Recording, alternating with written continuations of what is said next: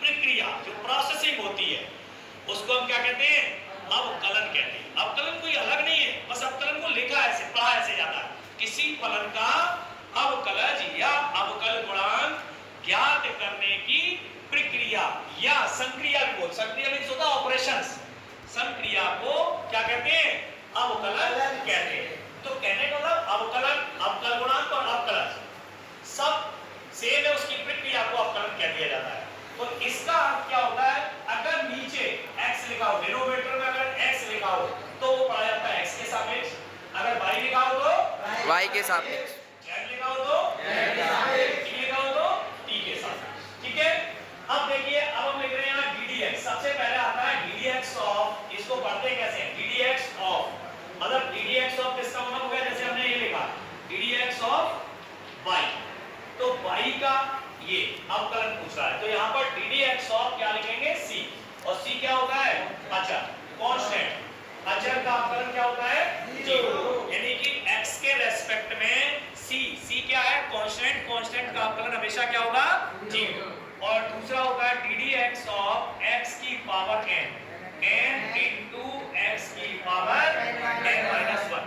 Next होता है ddx of x, मान लो हमने x की पावर 1 ले ली, तो ये देखिए 1 नीचे आएगा, 1 कहाँ आएगा? नीचे करके x की घात कितनी हो जाएगी? 0। x की घात 0 का वैल्यू कितनी होती है? a, तो इसका कितना होगा? a। ddx ऑफ e के पावर x, e के पावर x क्या है ये बेटा? चरघातांकी फलन। क्या होता है? तो e के पावर x का अवकलन क्या होगा? e के पावर। अगला बोलेंगे ddx ऑफ a की पावर, ये भी चरघातांकी, लेकिन ये प्राकृतिक होता है और ये साधारण होता है, इतना अंतर होता है। तो यहाँ पर a की पावर x और log a बेस e, ऐसे पढ़ते हैं इसको। क्लियर है सबको बेटा? यहाँ तक किसी को कोई डाउट? अच्छा, अब देखिएगा इसी के आगे हम चलते हैं, तो ddx of log x base e, अगर बेस e है तो इसका अवकलन पढ़ा जाएगा, डिफरेंशिएशन पढ़ा जाएगा 1/x, और x डज नॉट इक्वल 0। और ddx ऑफ, अगर हम यहाँ पे कर दें क्या? log x base e, base अगर a हो जाए तो इसको पढ़ा जाता है 1/x और log e base a।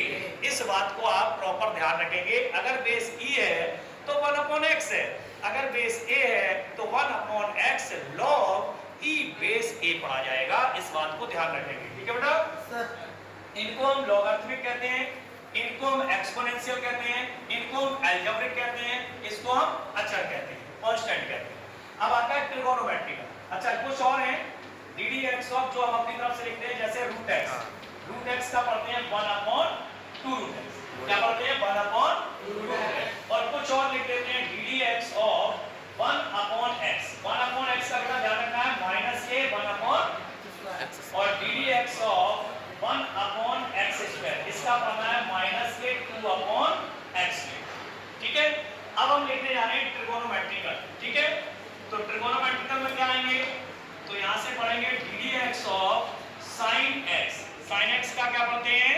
cos x, और ddx of cos x, cos x का क्या पढ़ते हैं? Minus sin x, ddx of tan x, tan x का क्या पढ़ते हैं? sec² x, और ddx of sec x, sec x का क्या पढ़ते हैं? sec x into tan x।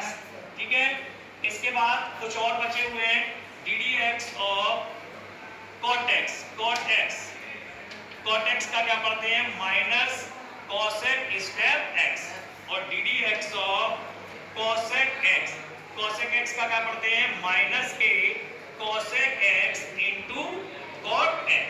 ये ट्रिगोनोमेट्रिकल है। अभी ITF की और बताऊंगा, जब तक नोट करें आप कॉपी पे, ठीक है? इसके बाद आगे बढ़ाएंगे।